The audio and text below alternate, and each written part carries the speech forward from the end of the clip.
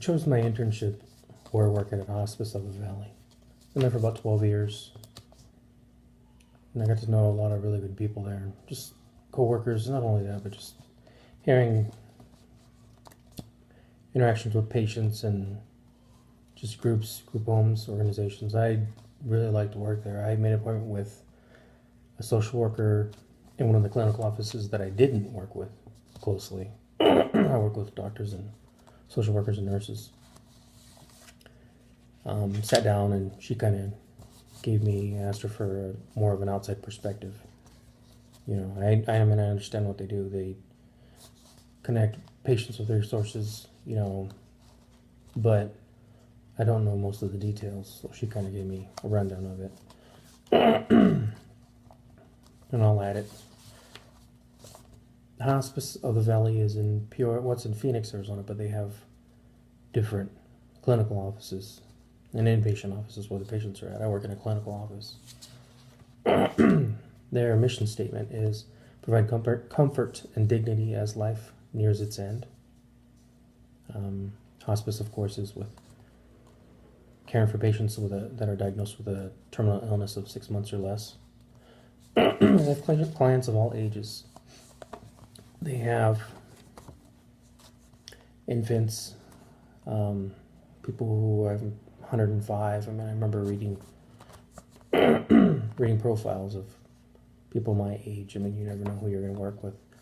There's actually a PEDS unit, inpatient unit, designated specifically for kids, infants. You know, they go and receive care there. But in a home care setting, a social worker comes in and assesses patients' needs,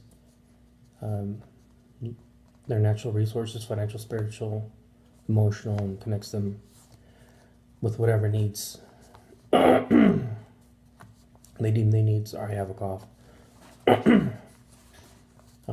Financial, I've seen, you know, various programs where if somebody can't pay the water bill, electricity bill, social could be an advocate and, you know, apply for these different groups that'll donate money and take care of their bills here and there.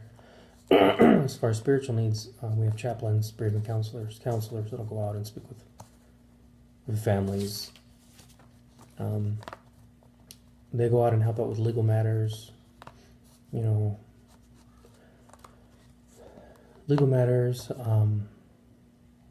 trying to contact next of kin, you know, people, family you haven't seen in a long time that may be trying to reach.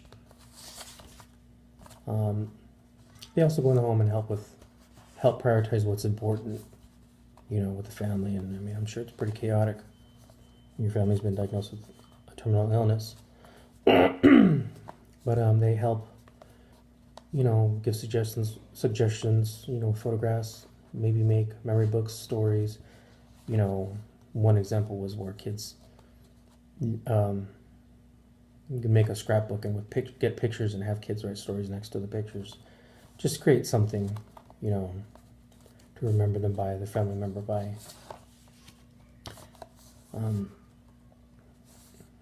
One thing that was brought up was that, and it reminds me of our, I think it was chapter 11, talking about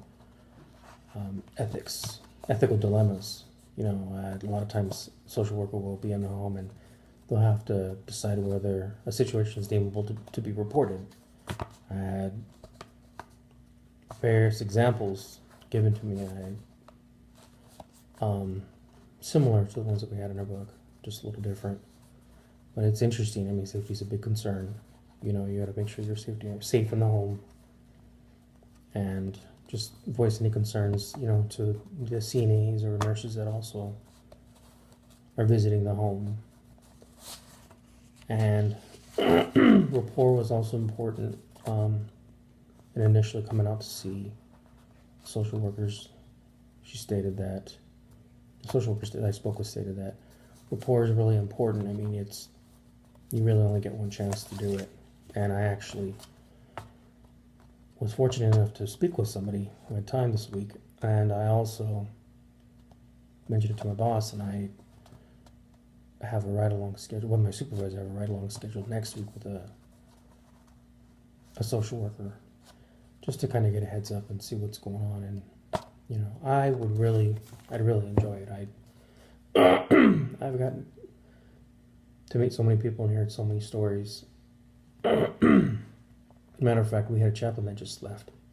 He retired, and he was very well respected where we worked. I mean, I would always remember him. He was such a humble person. And he actually shared this one time. I'm going to share it. I'm trying to think what time we have. I don't want to go too far over. But this kind of sums it up, and I've always remembered this. This entry poem that somebody wrote, it's called The Entering. I'd like to share it. We enter their lives, their homes, a time of such turmoil and sadness, and we are witness to the most remarkable people that ever were.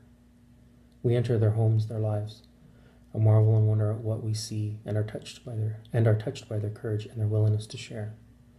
We enter their lives, their homes, hoping to make a difference in the time that is left, yet knowing all the time that in reality they will make a difference in our lives, that we will never be the same. We enter their homes, their lives, and try to imagine how it would be if things were reversed.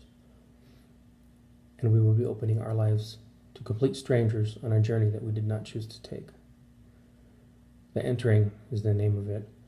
And conclusion, it says, the entering, a reverent time when we offer ourselves and we connect, when we are saddened but also privileged, and somewhat in awe that we're permitted to witness the human spirit at its finest. It's by an unknown author. I don't know who it was, but I thought I'd share that. Kind of encompasses what I've got to experience while being at Hospice of the Valley. I'm really looking forward to it. Thanks for watching.